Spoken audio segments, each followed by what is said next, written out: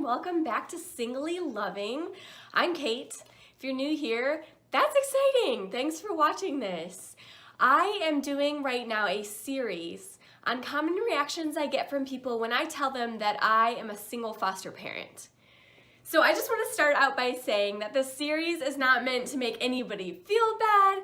I totally understand why people have these reactions, and I'm sure I would have the same reactions, the same questions to even another single foster parent that I meet out on the street. So I just want to let you guys know I'm not saying any of these things to make anybody feel bad, and if you've asked these questions to me, thanks. I'm glad you asked, and I hope people continue to ask questions and just try to understand why I made the decision to be a single foster parent, because I did it by choice. So, with that said, the next question that I have is, how does that work with your job? I get that question all the time. It might actually be the #1 question that I get from people when I tell them that I'm a single foster parent. And most of these people that are asking this, they're friends of mine. So they know that I have a full-time job, and they're wondering, how do you parent with a full-time job and then have kids come in and out of your home, and some of these kids are babies? How does that work? So I want to answer that question for you today. How that works with my job is, first of all, I have a very flexible employer who is family-oriented.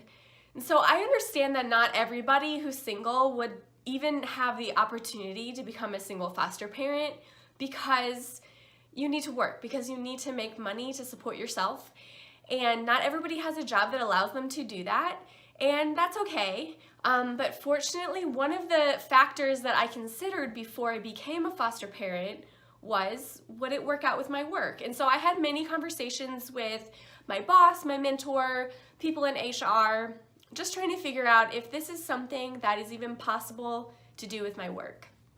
And so after many conversations, they were incredibly generous and flexible, and they wanted to give me the opportunity to do this. And because they're family oriented, they saw this as just an extension of that value that we have as an organization, as an employer, to allow me to be a single foster parent. And so they've offered me a number of weeks off for maternity leave, which I will get whenever I get a placement. And then I just make sure that I have great communication with them about which days I'm taking off, which days I'm working. I make sure that this all works out with my boss, and we have nice and clear communication and expectations about my work. The other thing is that my work is fairly seasonal and events driven, and so a lot of things I can get done at any time during the day. I don't necessarily need to be in the office 9 to 5. I do think there's a lot of value in being in the office from 9 to 5, being there with the other employees, with my coworkers, getting to bounce ideas off each other. But the reality of much of my job is that I can do it from home. And so I've worked out a system to be working from home when I need to, even when I get placements and when I have kids in my home. A lot of times in those first few days or weeks, what I personally have found works is working from home, working during naps, working after they go to bed at night, and just making sure that I get all of my tasks done for whatever the event or the season of work is that I'm working in. So that is how it works right now with my work. You might have other questions for me related to that. Please feel free to ask.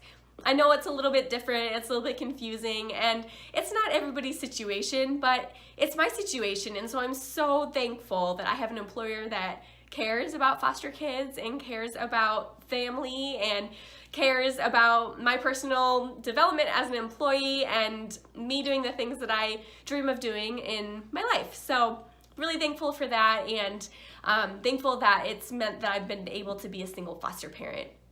So be sure to check back soon for another common reaction that I get when I tell people that I'm a single foster parent. And if you haven't already, check out my first one, which was, what does my family think about me being a single foster parent? I did a sit-down interview with my younger sister, and it was so much fun. I definitely encourage you to check that out and see what my sister thought when I told her I was becoming a foster parent. So I hope you guys have a great day, and I will see you soon. Bye!